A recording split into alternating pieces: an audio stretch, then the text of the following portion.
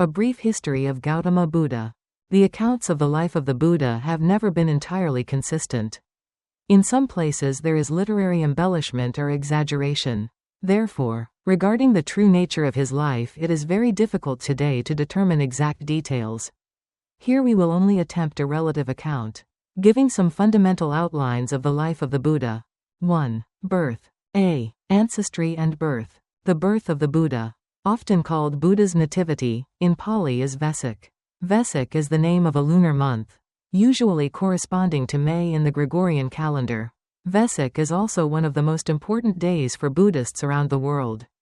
Buddha was born on the full moon of the month Vesak, in the morning, in the city of Kapilavastu, near the frontier between northeastern India and Nepal.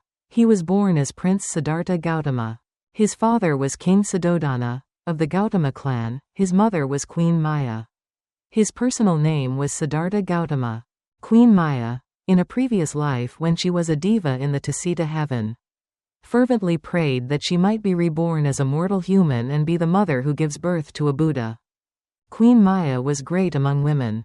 Having a pure heart and noble character, she performed generous deeds, helped the poor, and was admired by the people. For more than 20 years after their marriage, Queen Maya and King Suddhodana had no heir. She frequently encouraged the king to do virtuous deeds so as to accrue merit. Then, one silent night, she dreamt of a white elephant with 6 tusks descending from the sky and entering her right side. The dream was interpreted by the ministers as a good omen that the royal lineage would soon have joyous news. B. The birth of the prince. After about 10 months of pregnancy, Queen Maya asked the king's permission to return to her maternal home to give birth. In accordance with custom, the king personally escorted her with attendants. The journey came to the garden of Lumbini, in the land of Kapilavastu, now in Nepal. The scenery was delightful, everything felt peaceful. Queen Maya dismounted, rested, and in the garden of Lumbini walked amid blooming flowers, which were in full spring bloom, and birds singing. At the Udambara tree, or no regret flower tree, she was about to pick a flower when the prince was born. It happened on the 8th day of the 4th lunar month. Immediately after his birth, a light rain came, washing Queen Maya and the newborn prince. On that same day 7 other phenomena occurred: the Bodhi Tree, the tree of enlightenment, Princess Yashodhara, his horse Kantaka, the charioteer Channa, the elephant Kaludai, a childhood friend of the prince, and 7 ownerless treasures all appeared. That night the prince was carried to the royal palace. 5 days later, he was named Siddhartha, in Sanskrit, Siddhartha, which means, he who accomplishes his goal. Many sages and wise men came to pay respects and offer blessings, including Asita, an ascetic hermit who had been a teacher of King Suddhodana. The king was greatly honored by the sage's visit, and brought the infant to see Asita, who immediately recognized in the child marks that foretold spiritual greatness. With supernatural insight, Asita saw that the boy's future would be distinguished, and welcomed him with a fervent handshake. Hearing all this, King Suddhodana was overjoyed at the thought that his son might become a great leader. Then he indulged the prince, shielding him from experiences that might incline him toward spiritual life. Everyone knew the boy was exceptional, especially the king was deeply aware of his prophetic potential. After the birth, Queen Maya died 7 days later. Her sister, Mahapajapati, took her place, caring for and raising the prince with great love and devotion. Even as a child, Prince Siddhartha showed remarkable intelligence and ability. He learned crafts, literature, numerology, astronomy, history, archery, horseback riding, and other martial arts. Physically strong, mentally quick, he excelled. Everyone, from his father the king to the common people, admired him and believed he would one day rule all directions and unify the land. When he was 19, the prince married Princess Yashodhara and they had a son named Rahula. Despite living in the royal world, he remained unaffected by sensual pleasures. His attitude, perception, and temperament were quite distinct from worldly norms. On various visits outside the palace, he witnessed suffering, old age, sickness, death, lamentation, pain. These sights deeply moved him. He would stay up nights reflecting. His compassion awakened, thinking of the suffering beings wherever he went. This became the main impulse encouraging him to pursue the spiritual path. 2. Renunciation, leaving the palace, and enlightenment. A. Renunciation. The prince grew up in sumptuous royal palace, enjoying every luxury. Yet one day he decided to abandon everything in pursuit of ultimate wisdom.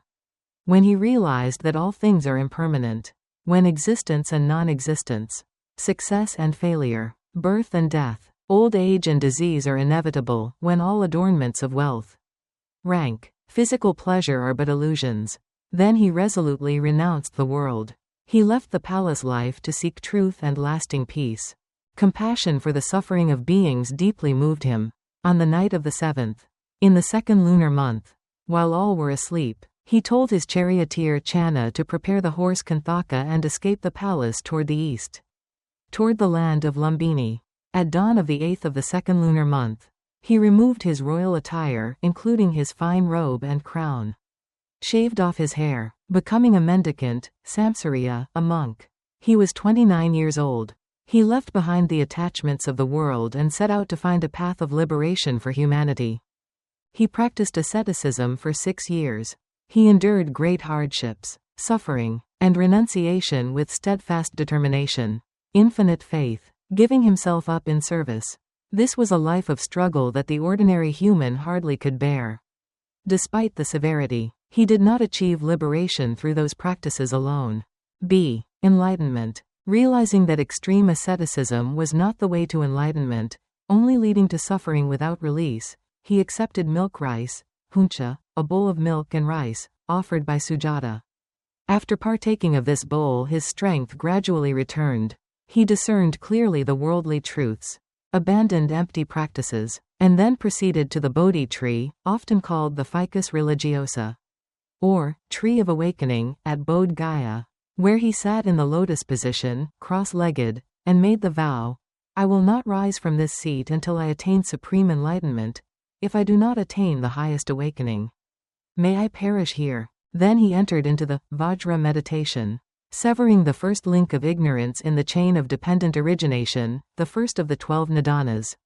Thus he overcame ignorance, put an end to the suffering of birth and death, and all anguish. On the 8th day of the 12th lunar month, at dawn, just as the morning star appeared, he completely eradicated all ties to samsara, cycle of birth and death, and attained the state of perfectly enlightened one. This enlightenment was the fruit of self-confidence, self-effort, and self-awakening, not aided by any supernatural force. He had cleansed the mind and body of all defilements and achieved pure realization of the truth. At that time he was 35 years old. From then on, people called him the Buddha Gautama, one Buddha among countless Buddhas of past and future. His position is unique in the current age, in the world we now live in.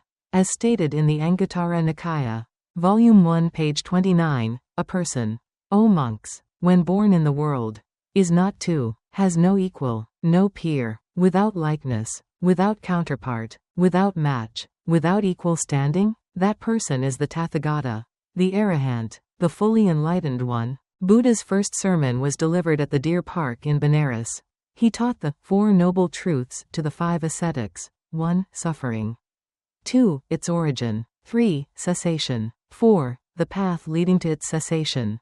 These 5 became his first disciples. Upon hearing this teaching they were awakened and attained the Arahant state.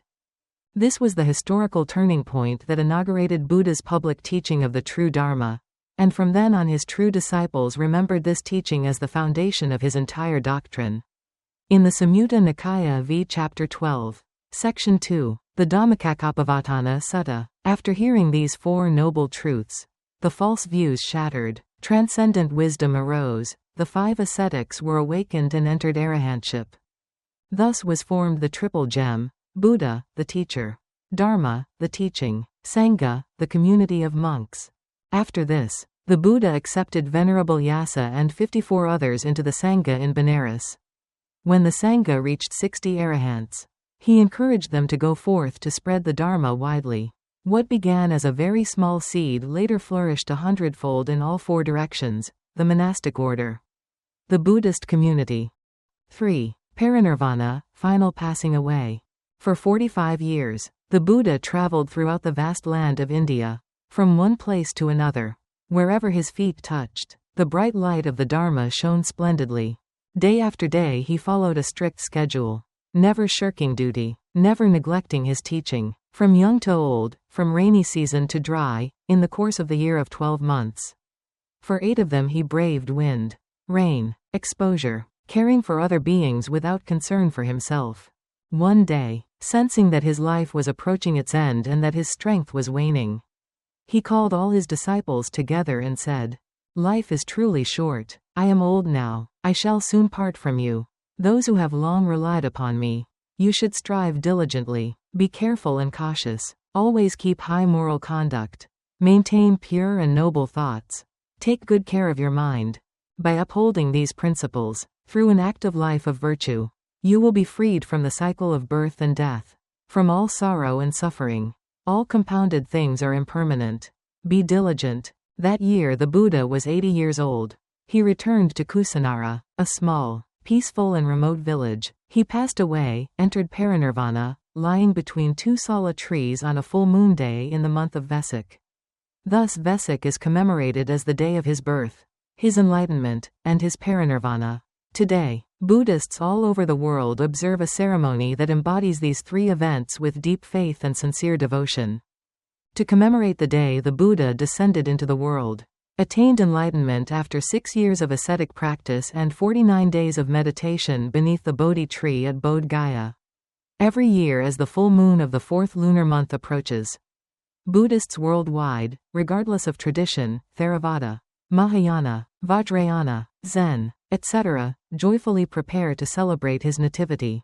The purpose of this remembrance is for Buddhist followers to recall the golden teachings of the Buddha, to use them as guiding principles in present life. It reminds us that human life is characterized by impermanence and suffering, urging us to practice the Buddha's teachings soon so that we may achieve awakening and liberation.